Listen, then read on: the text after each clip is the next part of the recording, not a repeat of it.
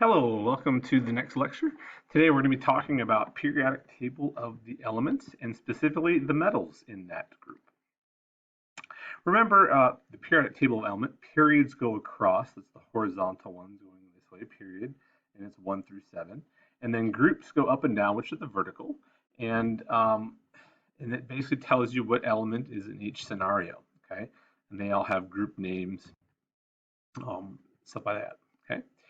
Remember group 1, period 4, this would be the group, remember, up and down group 1, and then you go down to period 4, and that would be K, potassium. So if you ever see a quiz or have a test where it asks you which element is in group 1, period 4, that's how you would find it. Okay, let's try group 2, period 2.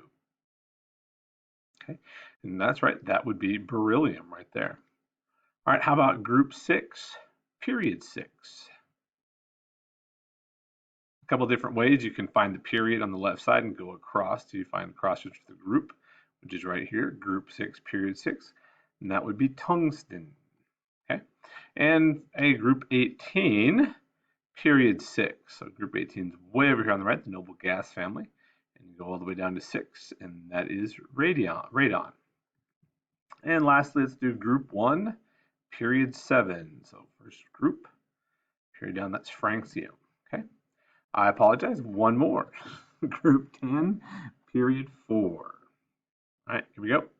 Period 4 is right there. So notice in this middle section here, in these metal area, these transition metals, we have this lower area where there's nothing in group 1, 2, and 3, or in period 1, 2, and 3. Okay, and so again, group 10, period 4 is nickel. All right.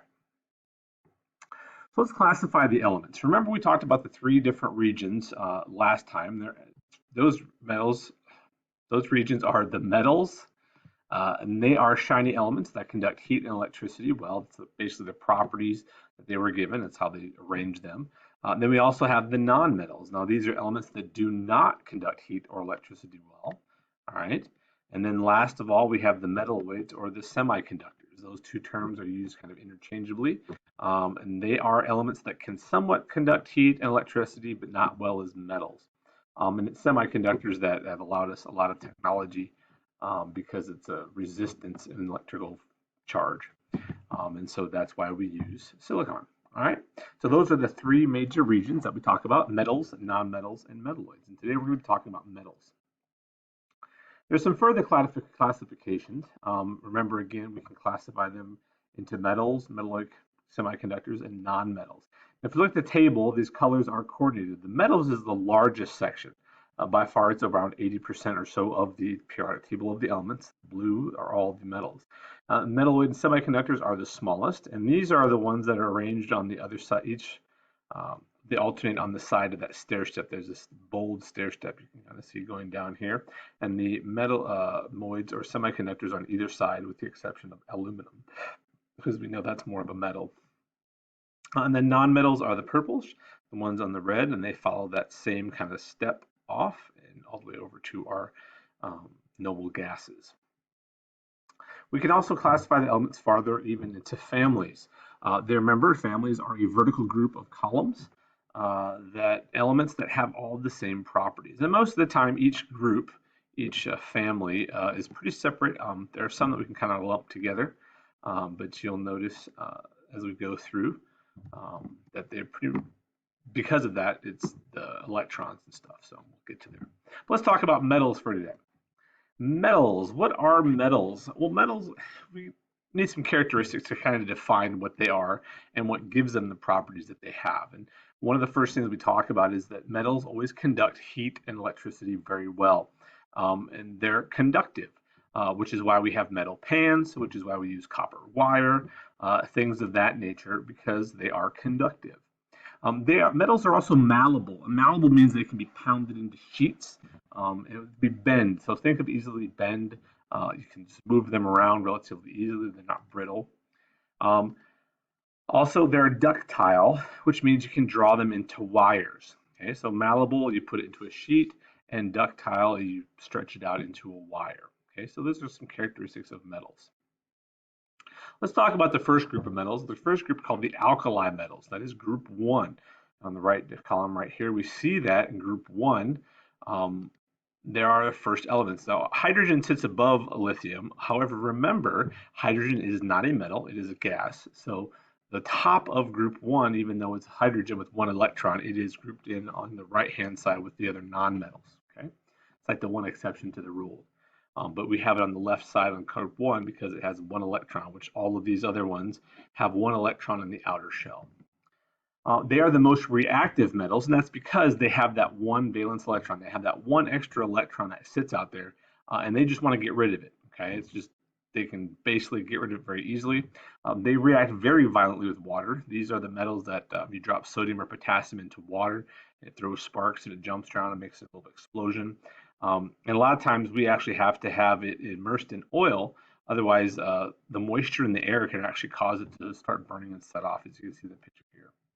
Alkali metals are very rarely found as free elements in nature because they react so violently. And so because they have that 1 electron, a lot of other elements want to bond with them and to get that extra electron they have to kind of fill out their outer shell.